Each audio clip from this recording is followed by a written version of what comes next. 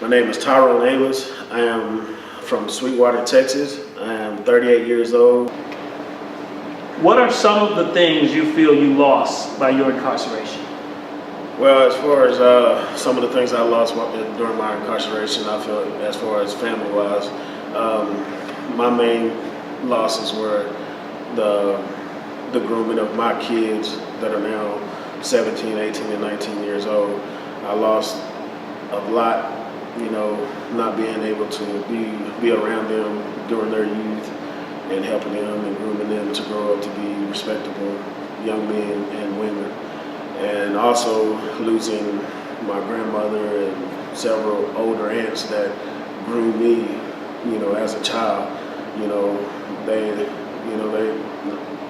I lost them, they lost me during my incarceration. So that was one of the two biggest losses that I had during my incarceration. Do you see any benefit to your having been incarcerated? My biggest benefit from being in incarcerated was it gave me the opportunity to mature and to not want to live a fast life. It slowed me down mentally. It slowed me down, in ways to where I began to learn how to think before I reacted instead of just acting off instincts or just acting off my natural ability.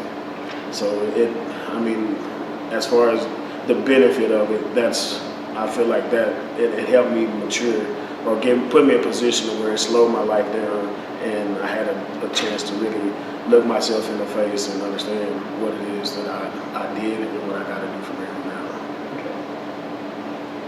Any loss in terms of your potential? Well, there was loss in potential. I was very young. I was 16, going on 17 when I committed, my crime, and it was on my way to TDC. So at that point, we've had plenty of great athletes come through Sweetwater, Texas, and by far I feel like, in my youth I was one of those, a really good athlete, and I had the potential to do just about anything that I put my mind to at that time. And then so I think as far as just me personally, I feel like my loss for that is I could have benefited in a lot of ways as far as the sports I played, and as far as the kid, even today I have a lot of kids that respect me and look up to me in certain ways. So that's a big plus for me as well. So how did you or how do you process some of the losses that you still are very aware of?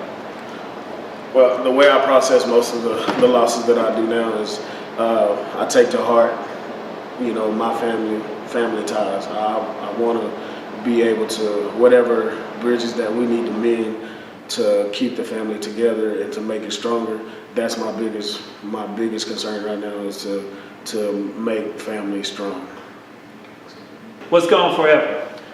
What's gone forever is time. You can never, the things that we do, we can process them as memories, but you can never get time back.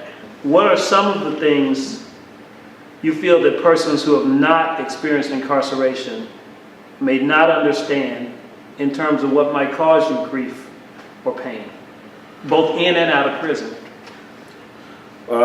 Some of the griefs in and out of prison is my main, and I can use a prime example, is my personal experiences that I had while I was incarcerated. It was good and it was bad. It was negative, it was positive.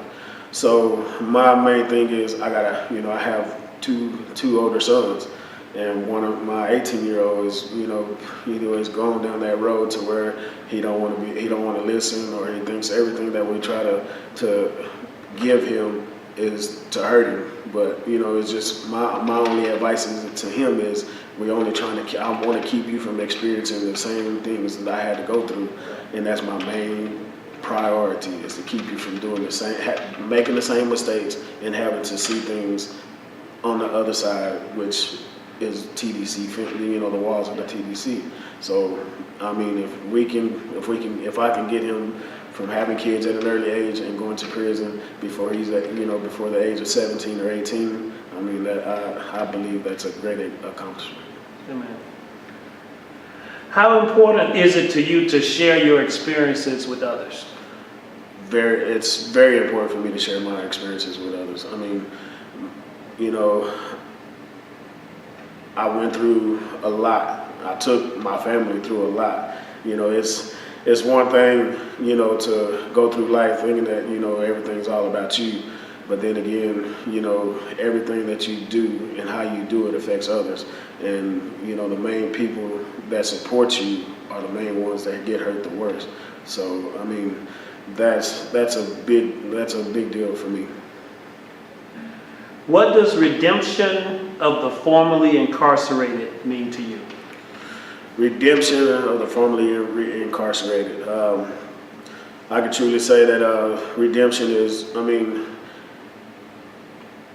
being incarcerated is, is what we use the term real firmly is, incarcerated is, you ever see The Walking Dead, mm-hmm. And that's what the way I kind of saw it, just a lot of inmates, young men, old men, just walking around, we living, but we're dead mentally, physically, and spiritually. So once I came into that mind state of learning, wanting to read, wanting to better myself, that changed me from an ignorant state of mind or a dead, a mentally dead state of mind to where I wanted to live, to try to do certain things in a better way. So, I feel like that's my redemption. And with that, that's what's given me the drive and the motivation to give back to not only my kids, but the community that I live in. Awesome. Anything else you want to share?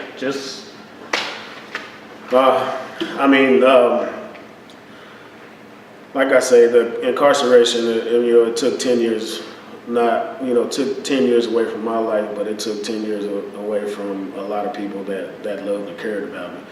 So, the actions that we take, we do them without thinking most of the time, and not caring or feeling that it's going to affect other, people around us, and it really does. So, I feel like I have that ability to try to make right, not just make right for myself, but make it right, period, because that's what our life is given to us for, is to, make better choices. God gave us different faculties to use them in a right and righteous way. So I came to that understanding to where I want to be able to use that in any way that I can to make it right with not just my kids, but society as a whole.